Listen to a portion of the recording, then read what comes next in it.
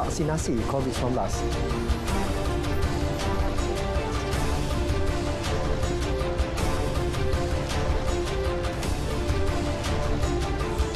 Terdapat sedikit perbezaan SOP pada PRU Don Johor.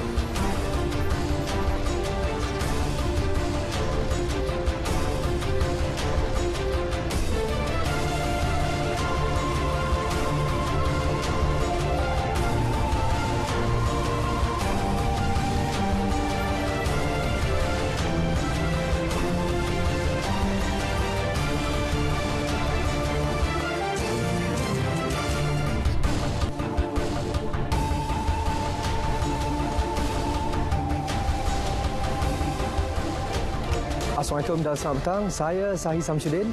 Berita wilayah 3 Februari membawakan laporan terkini dari seluruh negara. Seperti biasa, lintas langsung dari Sarawak dan Sabah bakal mengisi paparan petang ini. Turut bersama lintas langsung dari Pulau Pinang. Setia sejam bersama kami.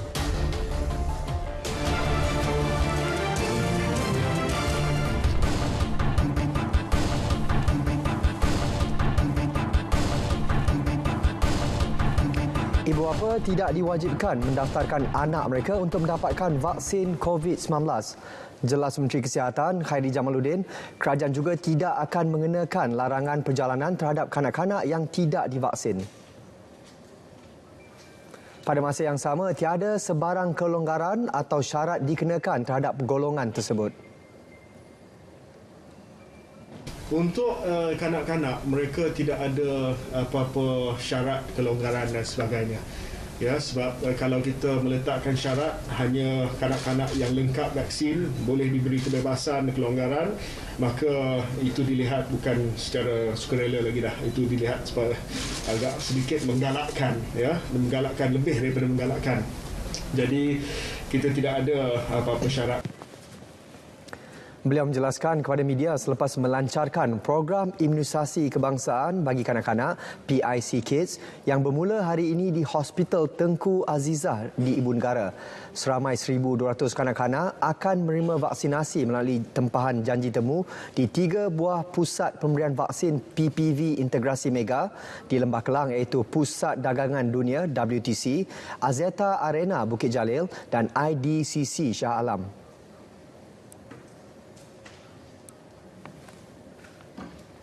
Dalam pada itu, KKM menyasarkan pemberian 1 dos vaksin kepada 70% kanak-kanak di sekolah berusia 7 hingga bawah 12 tahun dalam tempoh 2 bulan. Manakala 50% untuk keseluruhan 3.6 juta termasuk mereka yang berusia 5 tahun pada penghujung bulan ini. Bagi pelaksanaan untuk kanak-kanak di luar bandar pula, Pusat Kesihatan Daerah PKD akan digerakkan bagi memastikan kelancaran PIC Kids. Pendalaman kita akan guna sistem ataupun kita akan guna rangkaian klinik kesihatan kita dan sekolah-sekolah. Sebab vaksinasi dan imunisasi ini bukan perkara asing kepada Kementerian Kesihatan Malaysia. Kita menjalankan program imunisasi vaksin-vaksin lain di peringkat sekolah dan kita gerakkan PKD kita gerakkan klinik kesihatan kita. Jadi tidak ada masalah dari segi penyampaian vaksin. Untuk program remaja pun kita buat di sekolah, sudah pun sampai ataupun mencapai tahap 90% remaja kita telah menerima vaksin. Jadi saya rasa sistem ataupun pendekatan yang sama akan diguna pakai untuk kids ini. Beliau turut memaklumkan sasaran tersebut merangkumi pemberian vaksinasi dos pertama kanak-kanak yang berada di bandar dan luar bandar. Berhubung SOP bagi PRU Don Johor, Khairi Jamaluddin memaklumkan terdapat sedikit perbezaan dengan Melaka dan Sarawak. Ia berikutan SOP tersebut mengambil kira varian Omicron yang kini sedang melanda negara. SOP PRN Johor pun hampir dah selesai dan nak dibentangkan kepada pengurusan tinggi KKM nanti sebelum kita maklumkan kepada pihak SPR yang ini SOP yang utama. But apa yang kita tahu adalah SOP Melaka berjaya, tidak ada spike.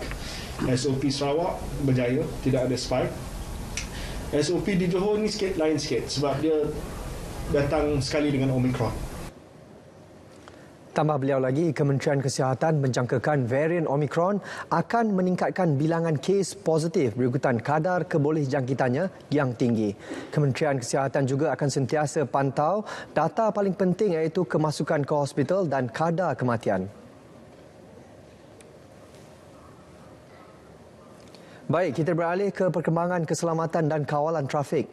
Bagi mengurangkan kesesakan lalu lintas ketika perayaan Tahun Baru Cina, larangan pemanduan kenderaan barangan yang dikuatkuasakan daripada 30 Januari akan berakhir esok. Wartawan Erwin Zaid yang ketika ini berada di Plaza Tol Skudai, Johor Bahru mendapatkan Ketua Jabatan Siasatan Penguatkuasaan Trafik Kontijen Johor. Erwin, teruskan dengan laporan anda.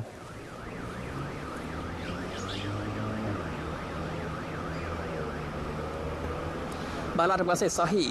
Saya kini berada di Plaza Tol Skudai, Johor Bahru, Johor bagi membawakan perkembangan situasi aliran trafik di sini.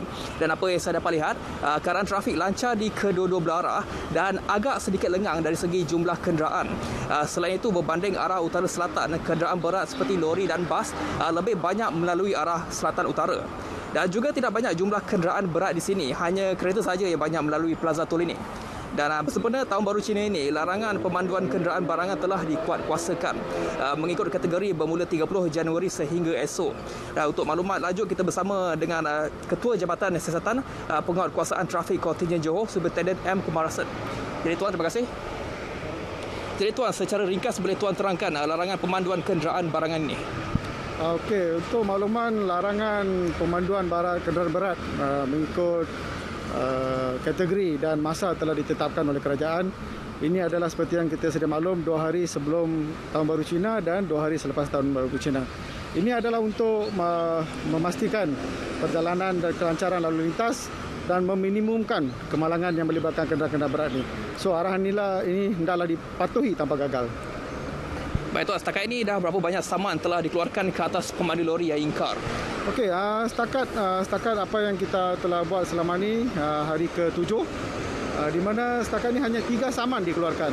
So ini menunjukkan ke pemandu-pemandu ataupun pemandu kenderaan berat mematuhi arahan yang telah ditetapkan oleh kerajaan. Sepanjang operasi ini, apa kesalahan yang paling tinggi dikesan di kalangan pengguna jalan raya? Okey, sepanjang operasi Selamat 17 sehingga hari ini, speeding iaitu memandu melebihi had laju, di mana kita telah mengeluarkan lebih kurang 3,056 saman setakat ini. Itu dari segi kesalahan narkotik pula berapa banyak dikesan di kalangan pemandu setakat ini? Okey, untuk kesalahan narkotik, JSPT Johor setakat ini telah membuat tangkapan seramai 6 orang iaitu urin positif, manakala tangkapan pemandu di pengeroyokan alkohol seramai 26 orang. Itu adalah tangkapan yang tertinggi setakat ini. Itu nasihat Tuan kepada para pengguna jalan raya? Saya meminta pengguna jalan raya mematuhi arahan dan peraturan yang telah ditetapkan, bertimbang rasa terhadap pemandu lain, dan dijangkakan kenderaan akan meningkat pada hari Sabtu yang akan masuk ke Johor Bahru, dan memandulah dengan cermat dan bertimbang rasa. Baiklah, terima kasih Tuan atas perkongsian maklumat tadi.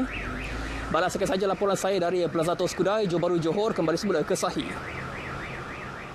Terima kasih Erwin.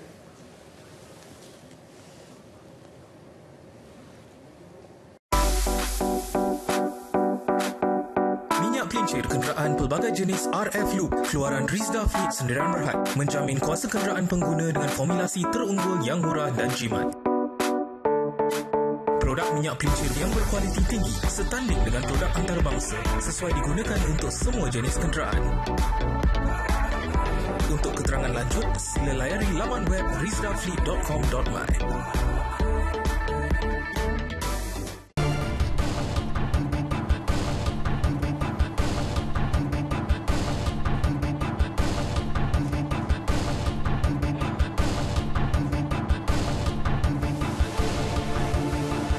Berita wilayah diteruskan dengan perkembangan bumi Kenyalang yang juga membawakan laporan mengenai PIC Kids di negeri itu. Bu Mawein teruskan dengan perinciannya.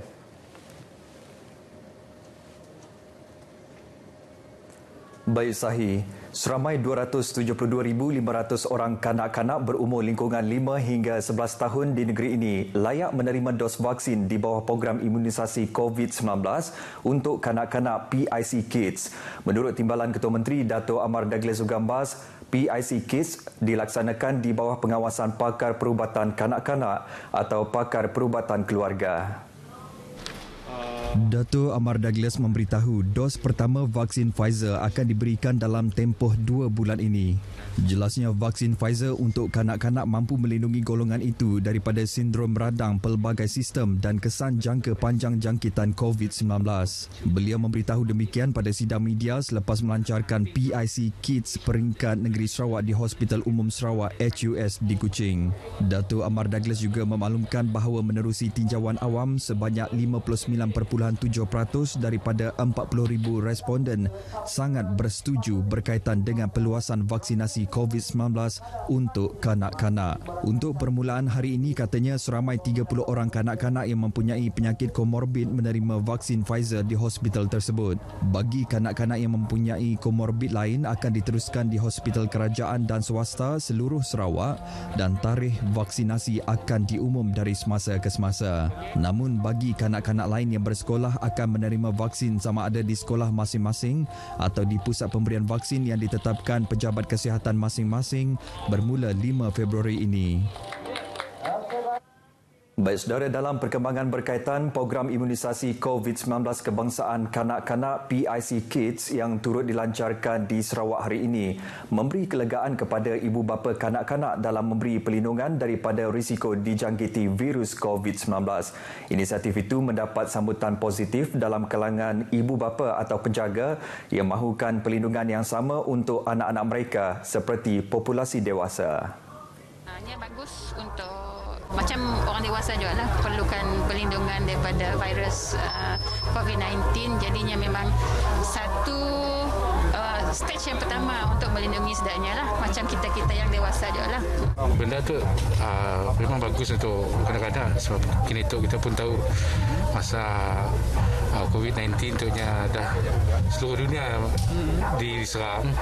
Jadi kanak-kanak selamat tu susah untuk bergerak ke sana kemari, jadi nak sekolah pun susah.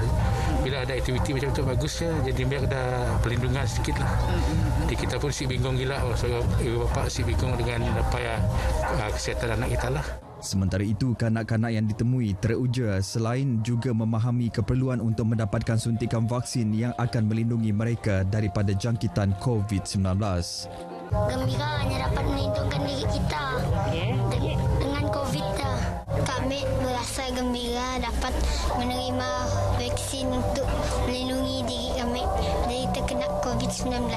Rasa macam gembira dah dapat vaksin. Kami dapat lindungi diri daripada COVID-19. Pemberian vaksin Pfizer diberikan kepada kanak-kanak yang mempunyai penyakit komorbid dilaksanakan di bawah pengawasan pakar perubatan kanak-kanak atau pakar perubatan keluarga, menyasarkan 70% daripada 272,500 kanak-kanak di negeri ini yang layak untuk program berkenaan. Sementara itu, orang ramai yang mempunyai maklumat mengenai individu melarikan diri di sekatan Jalan Raya SJR di Jalan Kuching Samarahan pada Selasa lalu diminta tampil memberi kerjasama. Menurut Ketua Jabatan Siasatan dan Penguatkuasaan Trafik Polis Kontijen Sarawak, Superintendent Alexan Nagacabut, polis kini giat mengesan suspek dipercayai warga Indonesia yang menunggang motosikal dengan plat pendaftaran QKB 1244. Jelas Superintendent Alexan, suspek yang dalam keadaan mencurigakan telah dihampiri anggota SJR yang bertugas namun bertindak melarikan diri dengan meninggalkan motosikal di antara kenderaan yang bergerak perlahan dalam SJR tersebut. Petugas trafik mengejar suspek sehingga menghampiri Jambatan Kuap menghala ke Kota Samarahan, namun suspek berjaya meloloskan diri ke dalam hutan berhampiran. Kejadian kejar mengejar ini telah dirakam pengguna jalan raya yang melalui lokasi SJR dan telah menjadi viral di media sosial. Justru orang ramai Ramai yang mempunyai maklumat berkaitan kejadian ini boleh berhubung dengan Timbalan Ketua Jabatan Siasatan dan Penguatkuasaan Trafik IPK Sarawak DSP Matthew Manggi di nombor 012-8854-849 atau pejabat 082-274-018. Hasil sokongan padu dan kerjasama baik dalam kalangan masyarakat khususnya di Miri telah membantu Parti Rakyat Bersatu Sarawak SUPP daripada Gabungan Parti Sarawak GPS berjaya memenangi 3 kerusi Dewan Undangan Negeri iaitu Pujut, Senadin dan Piasau pada pilihan raya umum Dewan Undangan Negeri Sarawak ke-12 lepas. Timbalan Ketua Menteri merangkap Menteri Kesihatan Awam, Perumahan dan Kerajaan Tempatan, Datuk Seri Dr. Sim Kui Hian berkata, kemenangan itu melambangkan keyakinan rakyat kepada GPS untuk terus menerajui pentadbiran negeri di bawah kepimpinan Ketua Menteri Datuk Patinggi Tan Sri Abang Johari Tonopeng. Datuk Seri Dr. Sim yang juga Presiden SUPP menjelaskan sokongan dan mandat besar daripada berbilang bangsa dalam pilihan raya negeri lalu menjadi tunjang utama parti tersebut untuk terus berbakti dan menjayakan semua pembangunan yang dirancang oleh kerajaan di negeri ini. Beliau berkata demikian pada rumah terbuka anjuran Jawatankuasa Perhubungan Parlimen Miri Sibuti yang dibuat secara maya di Miri. Dalam majlis sama, beliau memaklumkan sebagai menghargai sokongan pengundi di Miri, lawatan dan tinjauan akan kerap dilakukan secara bulanan bagi mendengar segala permasalahan serta keperluan rakyat mengenai sambutan Tahun Baru Cina tahun ini. Meskipun masih tertakluk dengan prosedur operasi standard, namun ia masih dapat disambut dalam kalangan ahli keluarga terdekat iaitu pada hari pertama dan kedua. Datuk Seri Dr. Sim turut menyampaikan ucapan terima kasih kepada semua petugas barisan hadapan yang telah bertungkus lumus bagi memberi hikmat terbaik dalam tempoh negara berdepan dengan pandemik COVID-19. Tiada sebarang aduan yang diterima pihak Kementerian Perdagangan Dalam Negeri dan Hal Ehwal Pengguna KPDNAGP Cawangan Limbang setakat ini berkaitan kenaikan harga barang termasuk tiada kompaun dikeluarkan terhadap mana-mana pihak di bahagian utara Sarawak itu. Ia disuarakan sendiri oleh Ketua KPDNAGP Cawangan Limbang, Purnama Tarah. Purnama menjelaskan pihaknya akan terus membuat pemantauan dari semasa ke semasa untuk memastikan bekalan makanan di Limbang sentiasa mencukupi dan peniaga perlu mematuhi skim jualan harga yang telah ditetapkan. Dalam perkembangan sama, Ketua KPDNAGP Sub Cawangan Lawas, Dominic Joseph Bakir menasihatkan semua pengguna di daerah itu supaya tidak membuat pembelian panik susulan kabar angin baru-baru ini menyatakan kekurangan bekalan bahan mentah di daerah terbabit. Saya nasihatkan kepada penduduk-penduduk Lawas, janganlah beli secara panic buying lah. Bekalan barang di Lawas memang mencukupi. Kita sentiasa memantau dari semasa ke masa dengan bantuan pegawai penguasa saya di sini dengan juga pegawai pemantauan harga. Memang kita sentiasa turun padang lah untuk memastikan semua bekalan di daerah Lawas mencukupi. Beliau berkata demikian semasa ditemui pemberita di Lawas baru-baru ini. Baik saudara, sekian berita dari Sarawak. Kita kembali bersama Sahi di Angkasa Puri. Silakan Sahi. Terima kasih Buma. Dan untuk laporan cuaca seluruh negara, langsung bersama Pegawai Met Malaysia, Nur Faha Abdul Halim. Silakan. Assalamualaikum dan selamat petang, kembali bersama Met Malaysia untuk perkembangan cuaca pada petang ini. Paparan carta angin permukaan menunjukkan rantau negara kita yang masih lagi menerima dominasi tiupan angin dari arah timur laut dengan kelajuan yang agak sederhana kuat setakat ini antara 20 hingga 30 km sejam di kawasan pedalaman, manakala di kawasan perairan pula adalah melebihi 40 km sejam. Sehubungan dengan itu, Met Malaysia masih lagi mengekalkan amaran terperingkat kategori pertama di kawasan perairan yang telah diloraikan ini sehingga 7 Februari, di mana ketinggian ombak yang boleh mencecah antara 2.5 meter hingga 3.5 meter. Seterusnya, paparan imej satelit semasa pada ketika ini menunjukkan letupan awan ataupun kelompok awan aktif yang dicerap tertumpu di hampir keseluruhan semenanjung Malaysia, terutamanya melibatkan negeri-negeri pantai barat dan juga di bahagian Sarawak.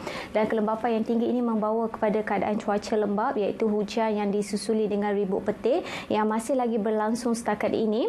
Dan jika dilihat dengan lebih terperinci melalui paparan imej gema radar di Semenanjung Malaysia, ribut petir yang sedang berlaku di sekitar pesisiran pantai Perak dan juga Johor dijangkakan akan berlanjutan sehingga ke awal malam nanti, manakala keadaan hujan dan ribut petir di 1-2 tempat melibatkan pedalaman negeri Pahang dan juga termasuklah di pedalaman negeri Perak masih lagi berlanjutan sehingga ke malam nanti.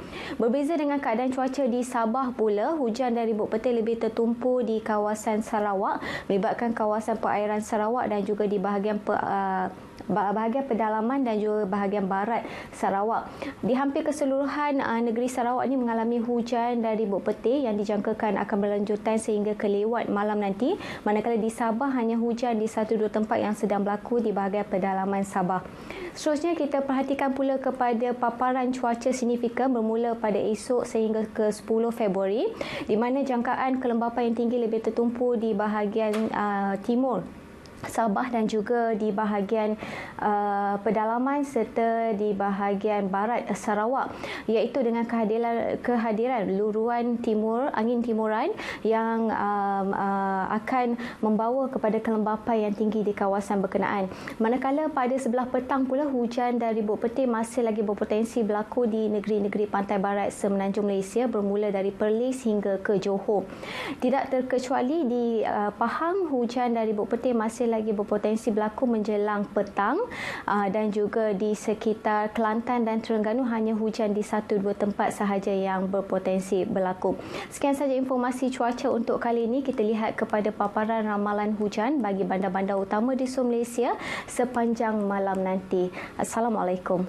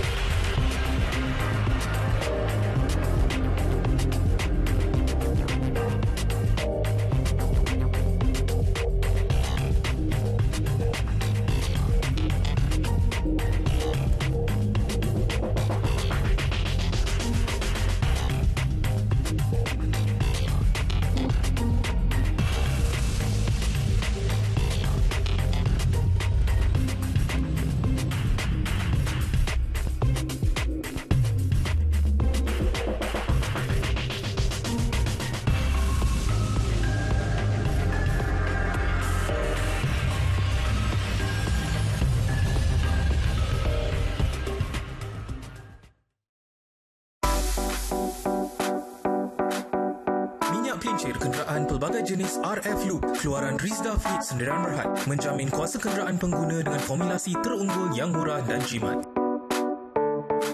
Produk minyak pelincir yang berkualiti tinggi setanding dengan produk antarabangsa sesuai digunakan untuk semua jenis kenderaan. Untuk keterangan lanjut, sila layari laman web rizdafleet.com.my.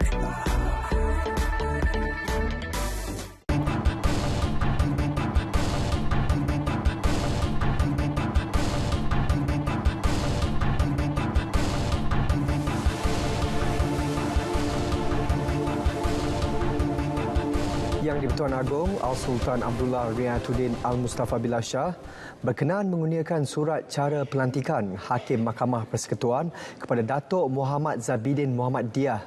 Baginda turut berkenan mengurniakan surat cara pelantikan sebagai Hakim Mahkamah Rayuan kepada Datuk Muhammad Nazlan Muhammad Ghazali. Istiadat yang berlangsung di Istana Negara dihadiri Ketua Hakim Negara Tun Tengku Maimun Tuan Mat dan Presiden Mahkamah Rayuan Tan Sri Rohana Yusof. Turut hadir Hakim Besar Melaya Tan Sri Azhar Muhammad serta Hakim Besar Sabah dan Sarawak Tan Sri Datuk Abang Iskandar Abang Hashim.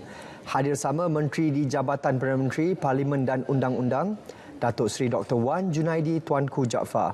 Datuk Muhammad Zabidin sebelum ini merupakan Hakim Mahkamah Tinggi yang dilantik pada 28 Julai 2006 sebelum menjadi Hakim Mahkamah Rayuan pada 26 November 2018.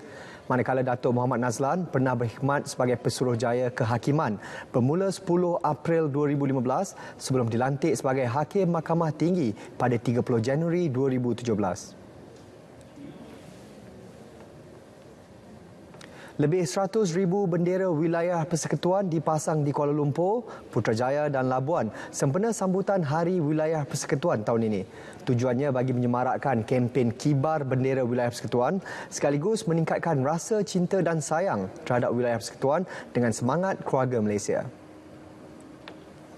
Menurut Menteri Wilayah Persekutuan, Datuk Seri Dr. Syahidan Kasim, kempen itu menyasarkan beberapa lokasi strategik untuk mengibarkan bendera. Dengan itu kita juga betul menggerakkan supaya warga wilayah dan juga semua pihak yang datang sini supaya mengibarkan bendera wilayah persekutuan. Jadi 100,000 bendera wilayah kita akan kibarkan supaya semua kita warga wilayah dan juga rakyat Malaysia berbangga dengan pencapaian wilayah persekutuan sehingga kini. Beliau ditemui dalam sidang media selepas pelancaran kempen tersebut di Ibu Negara. Kempen tersebut turut diperluaskan di beberapa pusat membeli belah terkemuka.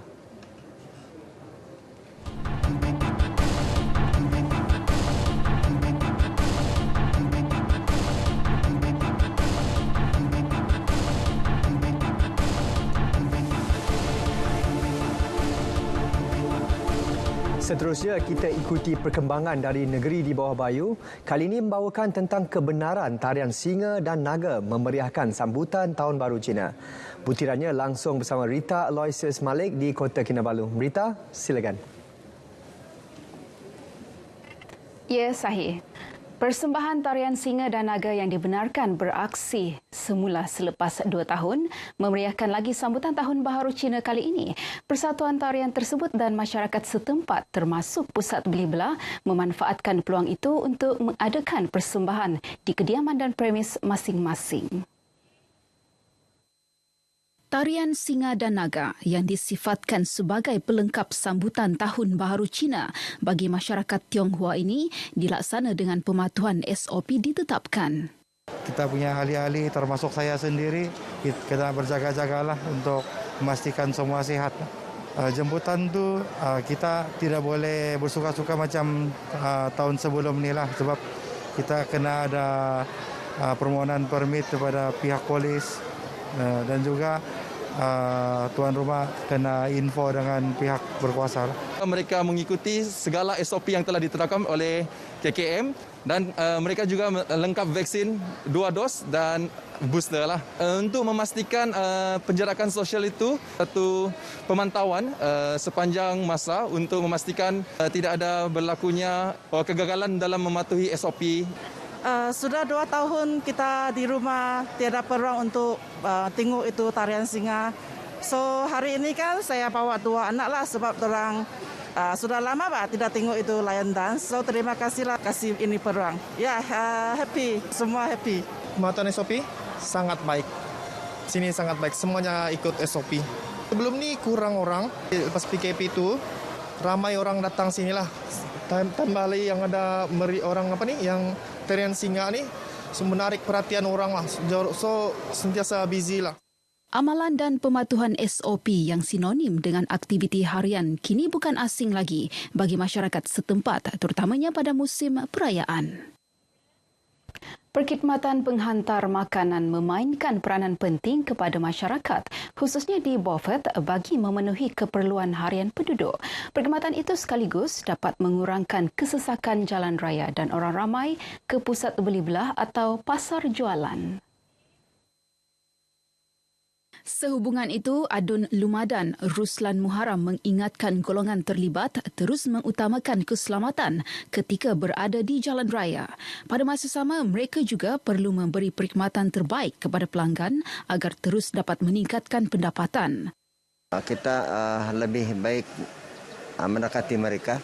Kita akan melihat apakah kehendak dan aspirasi mereka yang perlu kita boleh bantu. Kita juga menghargai mereka karena mereka dapat melaksanakan pekerjaan dengan jati diri mereka.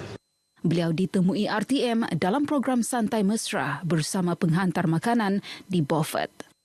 Program ini terbaiklah sebab YB dia menghargai lah yang para runner dan rider Foodpanda di area sinilah, area Beaufort utamanya.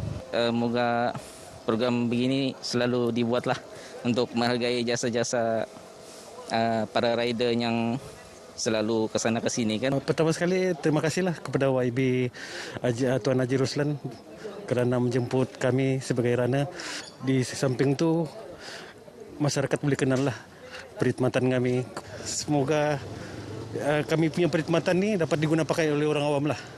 Seramai 60 penghantar makanan menerima barangan asas serta voucher servis dan alat ganti tajaan Koperasi Belia Lumadan. Selepas 2 tahun tidak menyambut perayaan Tahun Baharu Cina, pastinya sambutan kali ini menjadi saat paling istimewa bagi yang menyambutnya. Tidak terkecuali bagi seorang penghantar makanan, Edmund Chin, yang mengambil inisiatif merayakan Tahun Harimau kali ini secara unik. Ikuti laporan Gabriel Michael Stone.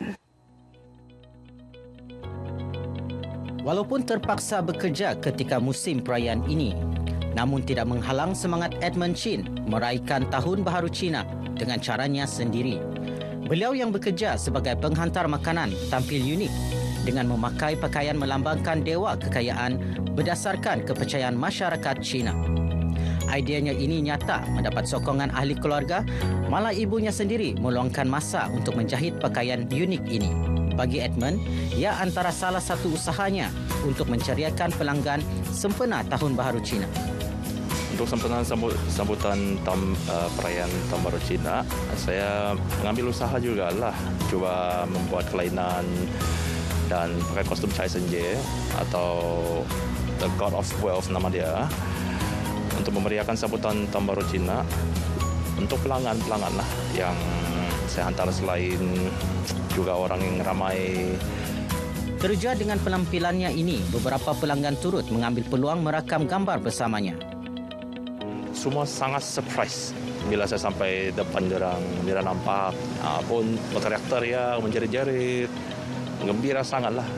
Saya sangat terkejut sebab melihat kostum Tahun Baru Cina ini, sebab dia sangat unik gitu. Terus sebab dapat memeriahkan suasana penari Tahun Baru Cina ini walaupun dalam keadaan pandemik ini. Usaha dan cetusan idea seperti ini mampu membawa satu perubahan yang baru dalam menyambut pelbagai perayaan yang diraihkan masyarakat majmuk di negara ini. Kongsi Facai Sing Nian Kuai Le, Gabriel Michael Stone, Berita RTM. Orang ramai disaran untuk mendapatkan suntikan dos penggalak COVID-19. Pengambilan suntikan itu penting bagi melindungi diri daripada ancaman virus COVID-19 dalam masa jangka panjang. Pegawai Perubatan Pejabat Kesihatan Kawasan Kota Kinabalu, Dr. Mervyn George berkata, kesan perlindungan bagi semua vaksin cenderung menurun mengikut peredaran masa. Untuk memberi perlindungan yang lebih mantap, memang kami galakkanlah, sangat-sangat galakkanlah orang awam untuk tampil ke hadapan untuk dapatkan booster dose. Beliau berkata demikian kepada pemberita RTM sempena program pemberian dos penggalak vaksin COVID-19 di perkarangan bangunan Dewan Bandaraya Kota Kinabalu. Sementara itu, rata-rata penerima dos penggalak menyambut baik pemberian suntikan tersebut. Gembiralah selepas sudah dapat vaksin, gembiralah, harap lebih sihatlah sekarang. Marilah kita vaksin, saya tidak apa-apa juga yang berlaku, kita mantapkan kesehatan kita. Jangan anti vaksin. Saya ambil booster sebab untuk lindungi keluarga sama masyarakat. Digalakkan untuk bagi ke saudara mara, kawan-kawan. Arahan daripada kerajaan kan kita terimalah untuk kesehatan kita, keselamatan kita lah. Ada peluang begini, sekali lah. Seramai 1,000 orang disasarkan menyertai program vaksinasi ini yang diadakan selama 2 hari. Baik, sekian paparan dari Negeri di Bawah Bayu. Untuk lebih banyak perkembangan semasa di tanah air, terus sahaja bersama Sahih. Silakan. Terima kasih, Rita. Kempen Kibar Bendera Wilayah Persekutuan antara pengisian program sambutan Hari Wilayah Persekutuan 2022. Pengerusi Perbadanan Labuan, Datuk Seri Amir Hussein berkata, pelancaran kempen itu bertujuan meningkatkan kecintaan kepada wilayah persekutuan sesuai dengan tema sambutan Keluarga Malaysia. Kalau kita lihat di pekan-pekan ataupun di restoran-restoran dan pergaulan yang kita ada di Labuan ini, ianya tidak membatasi antara kaum dan bangsa. Dan semua perayaan kita kunjungi dan kita tahu hak-hak sosial antara bangsa dan juga kita menghormati antara kaum satu sama kaum yang lain. Pada majlis ini turut diadakan pameran Keluarga Malaysia melibatkan pelbagai agensi dan jabatan kerajaan yang berlangsung sehingga esok.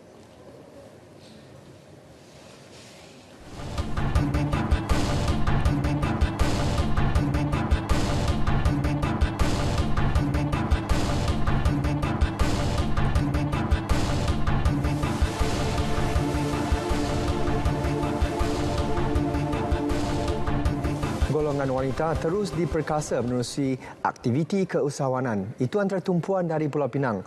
Laporan lanjut bersama Zatul Ikmal Muhammad Nur. Zatul?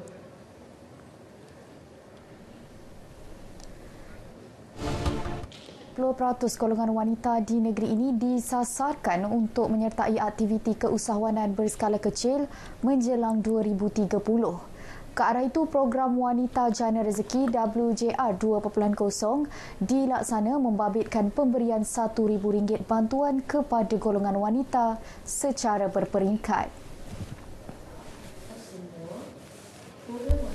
Setakat ini, sebanyak 46 penyertaan daripada golongan wanita membabitkan kira-kira 76 produk diterima. Walau bagaimanapun, pada peringkat permulaan, seramai 15 usahawan wanita mendapat manfaat.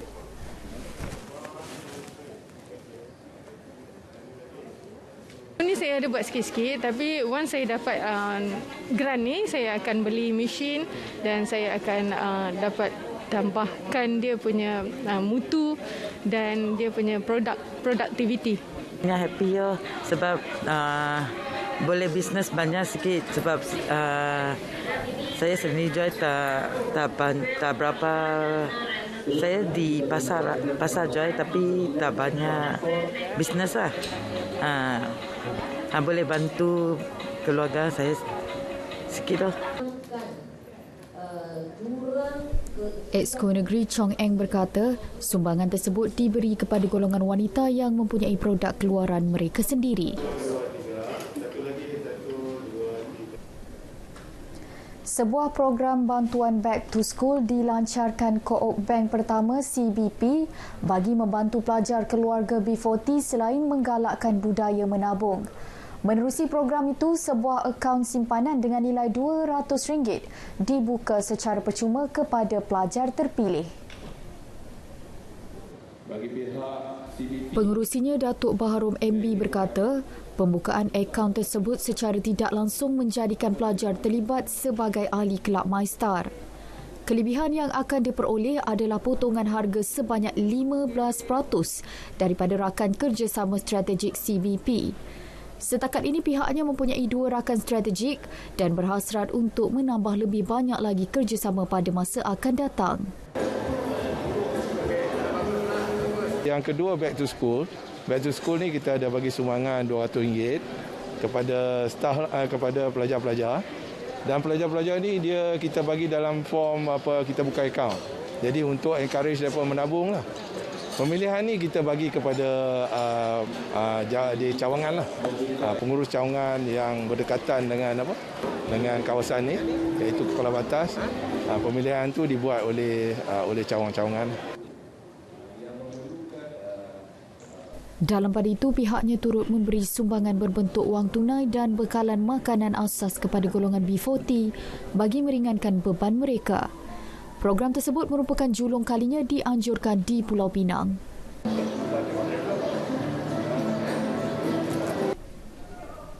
Album kompilasi The Story Pearl of the Orient yang dilancarkan baru-baru ini memberi nafas baru kepada anak seni hiburan Pulau Pinang. Menampilkan 11 artis kelahiran negeri ini, ia membuka semula ruang untuk mereka bergiat aktif dalam bidang berkenaan selepas terkesan dengan pandemik COVID-19. Dan lagu ni actually kebetulannya Penyanyi legenda Pulau Pinang, Datuk David Arumugam daripada kumpulan Alley Cat, antara penyanyi yang menjayakan album tersebut selain Aswad AF, Boy Sentuhan, Fazlin, G, Kamal CRK, Colin, Apple Penang, Jasmine, Faradik dan Sam.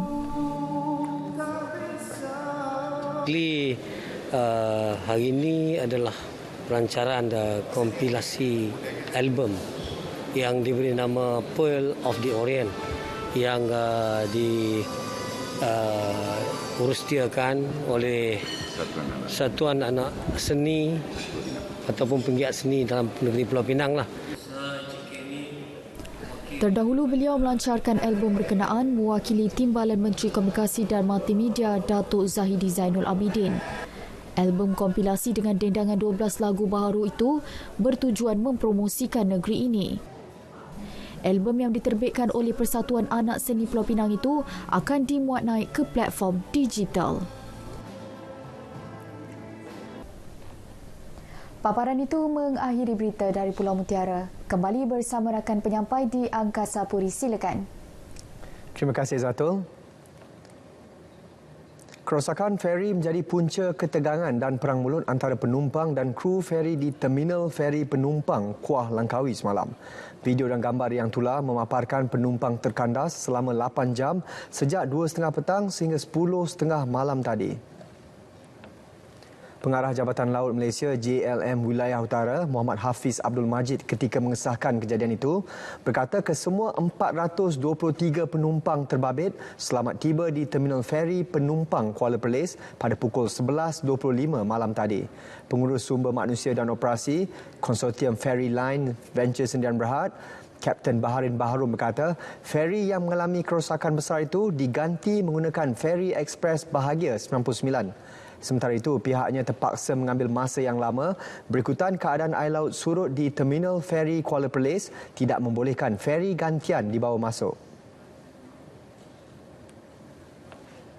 Kementerian Perdagangan Dalam Negeri dan Hal Ehwal Pengguna KPDNHEP memberi jaminan bekalan telur ayam di Perlis adalah mencukupi dan mampu diperoleh dengan mudah oleh pengguna. Menurut pengarah penguasa KPDNHP Azman Adam, kekurangan bagi grade telur tertentu disebabkan peningkatan permintaan berikutan musim perayaan. Namun bekalan telur kembali seperti sedia kala secara berperingkat selepas perayaan. Hasil pemeriksaan, pegawai penguatkuasa KPDNHP Perlis turut mendapati harga bagi ayam standard di Perlis juga dijual lebih rendah daripada harga ditetapkan iaitu bawah RM9.10 sekilogram. Kedudukan harga dan juga bekalan pada ketika ini sebenarnya adalah munasabah dan kita berharap tidak berlaku kenaikan harga yang mendadaklah selepas daripada skim ini berakhir nanti. Dan pihak kerajaan juga telah mengumumkan bahawa bermula daripada 5 Februari sehinggalah 5 Jun nanti harga dua komoditi utama pilihan rakyat iaitu ayam dan juga telur akan terus dikawal dengan harga ayam adalah pada harga RM8.90 sekilogram untuk semenanjung dan juga pada harga dan telur harganya adalah dikekalkan seperti sekarang.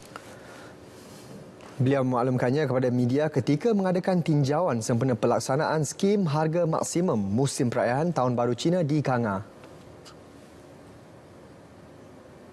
Kerajaan Negeri Perak akan mengadakan Hari Bersama Pelabur bermula tahun ini bagi membina kembali ekonomi negeri yang terkesan akibat pandemik COVID-19.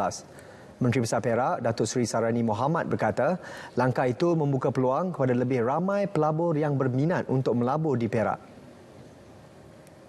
Jelasnya, inisiatif tersebut juga membolehkan kerajaan negeri menyediakan maklumat komprehensif, khidmat nasihat dan bantuan kepada pelabur yang berminat membuka operasi perniagaan di negeri itu. Pelabur-pelabur yang berhasrat untuk memberi presentation, memberi taklimat, kita akan bawa dalam mesyuarat Exco.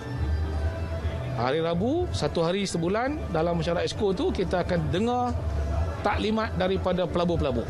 Maybe 4 atau 5 investors yang datang, dia orang boleh present terus kepada Exco dan Exco akan decide sama ada pelabur itu boleh diteruskan ataupun tidak. Setiap bulan kita buat sekali. Beliau berkata demikian di Ipoh.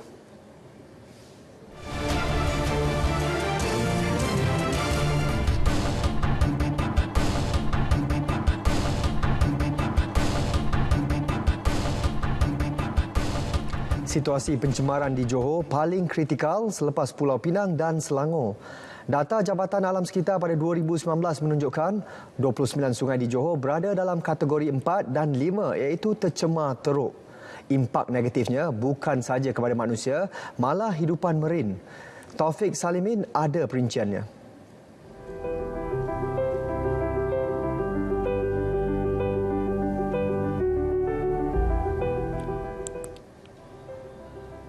Pencemaran sungai di Johor bukanlah satu isu baru.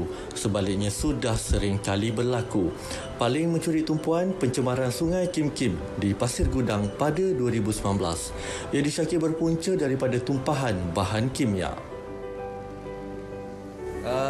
Antara perkara yang kita khawatir berlaku adalah apabila kita panggil dari segi penyerapan bahan kimia ni. Jadi sedimen ini mengandungi banyak bahan-bahan tadi yang kita kategorikan sebagai bahan bertoksik. Jadi benda ini akan digunakan dalam penyediaan makanan kita dan akan diasimilasi dalam sistem pada manusia. Manusia boleh mudah mendapat penyakit seperti kanser.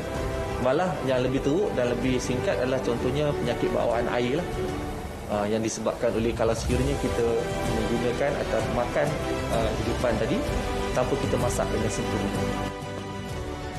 Sungai Tebrau antara yang perlu diberi tumpuan kerana situasi pencemarannya yang serius. Jika terus dibiarkan, ia akan menjadi bom jangka yang menyebabkan pencemaran lebih buruk pada masa depan.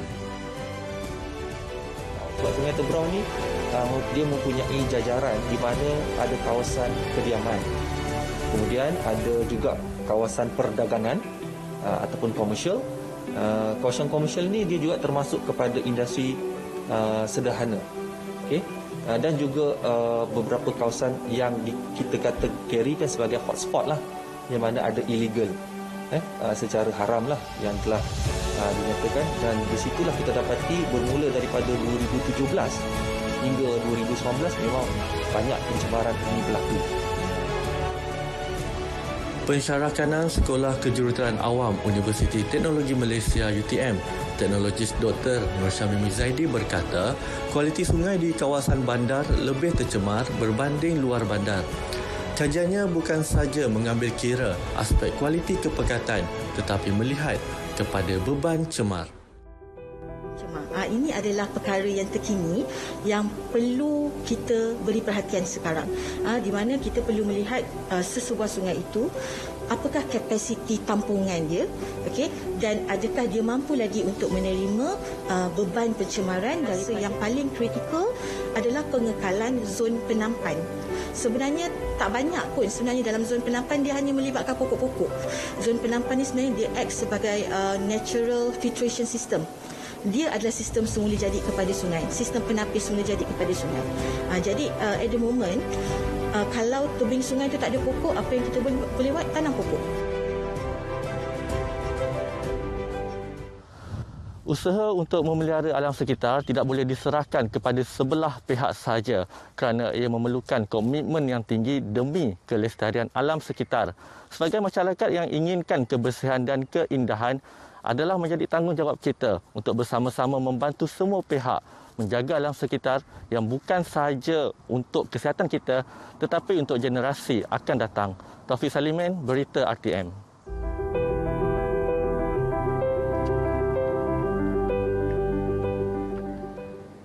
Menggunakan aplikasi Telegram untuk berkomunikasi dengan pelanggan, itu teknik pemasaran baru sindiket penjualan kereta klon yang turut menggunakan platform media sosial lain bagi mempromosikan pelbagai kereta berjenama dari luar negara. Sebahagiannya dijual pada harga bawah RM20,000 hingga serendah RM5,000. Menurut Pengarah Jabatan Pengangkutan Jalan JPJ Negeri Sembilan, Hanif Yusabra Yusof, pihaknya khuatir orang ramai terpengaruh dengan tawaran harga kereta mewah tidak masuk akal dengan teknik baru itu. Permintaan itu ada dan kita pun khuatirlah takut orang ramai terpengaruh lah. Kerana mereka tertarik dengan harga dan model kenderaan itu sendiri dan juga keadaan kenderaan itu sendiri masih lagi elok pada pandangan mereka. Tapi kenderaan itu tidak boleh dibawa masuk didaftarkan di Malaysia lah. Sepanjang 2021, sebanyak 44 kenderaan disita JPJ Negeri atas pelbagai kesalahan dan 4 daripadanya kenderaan klon.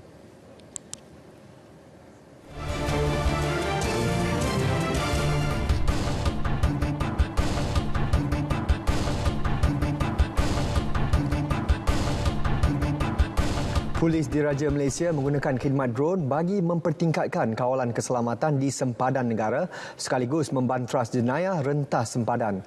Pengarah Jabatan Keselamatan Dalam Negeri dan Ketenteraman Awam Bukit Aman, Datuk Hazani Ghazali berkata penggunaan aset seperti drone memudahkan usaha mengesan dan mengekang aktiviti jenayah. Katanya penggunaan drone terbukti berkesan apabila pihaknya berjaya mematahkan banyak cubaan menyeludup.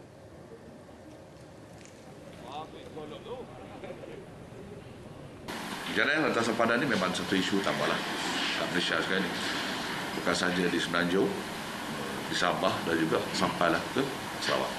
So memang kita memerlukan AI, Artificial Intelligence, untuk membantu dalam kita melaksanakan kawalan keselamatan sempadan bagi kita memerangi aktiviti jenayah rentas sempadan.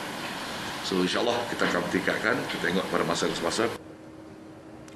Beliau berkata demikian selepas majlis penyerahan drone kepada Komander Brigade PGA di Markas Taktikal PGA Lubuk Stol, Rantau Panjang. Pengusaha atau pengendali bot diingatkan sentiasa memastikan aspek keselamatan penumpang dipatuhi bagi mengelak insiden pelanggaran bot berulang. Adun Kuala Besut, Tengku Zaihan Cik Ku Abdul Rahman berkata, aspek keselamatan di kawasan perairan perlu dipatuhi dan diberikan keutamaan. Katanya pengabaian aspek keselamatan seperti membawa penumpang melebihi muatan selain tidak mementingkan pemakaian jaket keselamatan boleh mengundang pelbagai risiko. Sedih dengan perkara tersebut dan kita mohon supaya perkara ini diambil iktibar sebaik mungkin. Kita ambil pengajaran khususnya kepada semua penggiat-penggiat industri ataupun pemain-pemain industri pelancongan khususnya yang melibatkan bot pelancong supaya mematuhi apa jua peraturan, apa jua SOP, apa jua undang-undang yang telah ditetapkan oleh pihak berwajib. Pada Isnin, bot pelancong dari Pulau Perhentian yang membawa 29 penumpang dilaporkan berlanggar dengan sebuah bot nelayan di muara Sungai Besut berhampiran jeti. Ketika ini, 7 penumpang bot pelancong yang terdiri daripada 2 dewasa dan 5 kanak-kanak masih dirawat di Hospital Sultanah Nur Zahirah, Kuala Terengganu.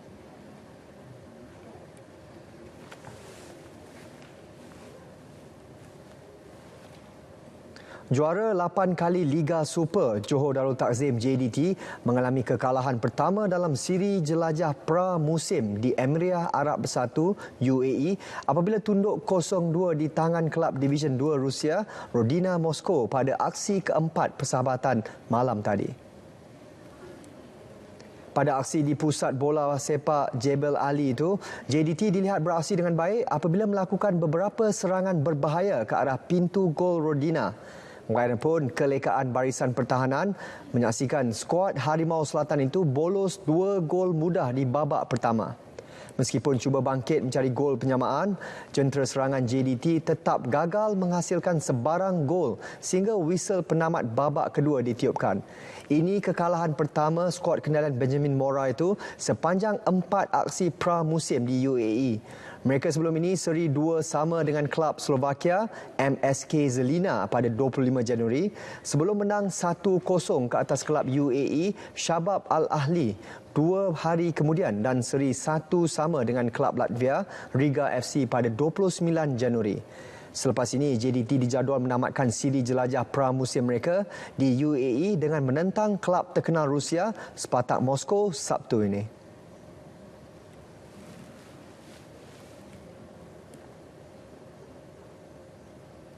Perkembangan Liga Sepak Takraw STL, Labuan Drillers terpaksa tunduk 2-0 kepada Kedah Eagles dalam aksi Division 1 di Stadium Titiwangsa malam tadi. Set pertama menyaksikan saingan sengit apabila Kedah memenangi set pertama dengan 23-21. Gagal mencari rentak, Labuan Drillers seolah-olah hilang fokus untuk menebus kekecewaan apabila tumpas dengan mudah 21-9 di set kedua. Sekaligus mengesahkan kemenangan buat Kedah Eagles. Aksi seterusnya petang ini, Kedah yang berada di kedudukan kedua kumpulan B akan turun menentang Perlis Vipers. Manakala Labuan pula akan bertemu pendahulu kumpulan Terengganu Turtles.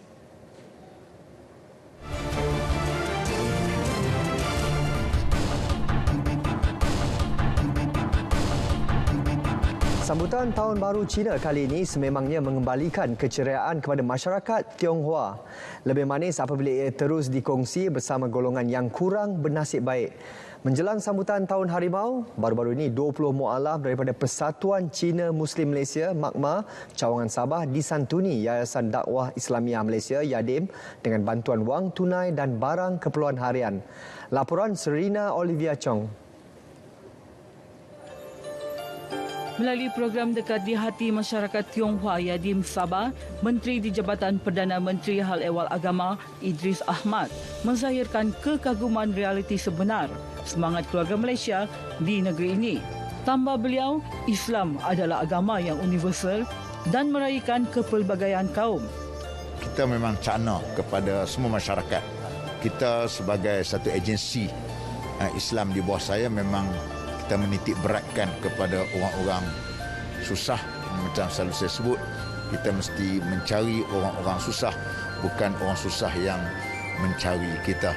Ini dia bertepatan dengan keluarga Malaysia yang kita tahu kita mengambil berat hal-hal yang berkaitan.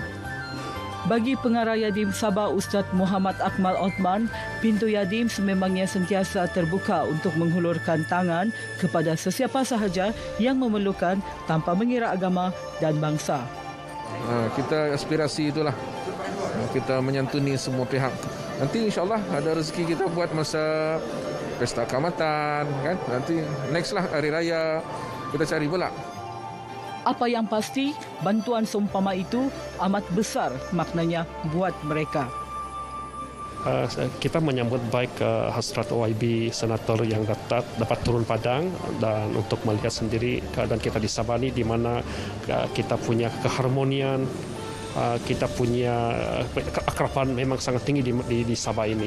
Tahun Baru Cina ini juga dapat memupuklah semangat perpaduan di antara kaum dan juga bersama-sama dengan kaum-kaum lain lah, kita dapat celebrate bersama lah. Hari ini memang happy lah, gembira sangat sebab dapat bantuan. Memang betul-betul saya sangat bersyukur terhadap persatuan inilah. 比较开心啊！新年，如果新年啊有好像援助这样啊，大家都好，因为现在行情很不好，每个都是很辛苦了，不是讲这个是这点东西，不过很感谢了。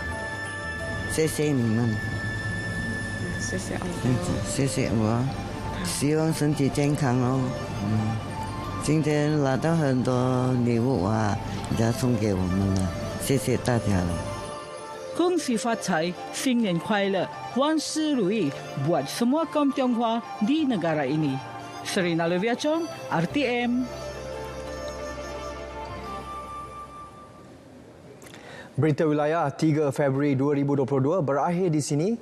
Dapatkan dos penggalak COVID-19 untuk perlindungan diri. Layari portal berita RTM di berita.rtm.gov.my untuk perkembangan sahih seluruh negara. Salam hormat dan Assalamualaikum.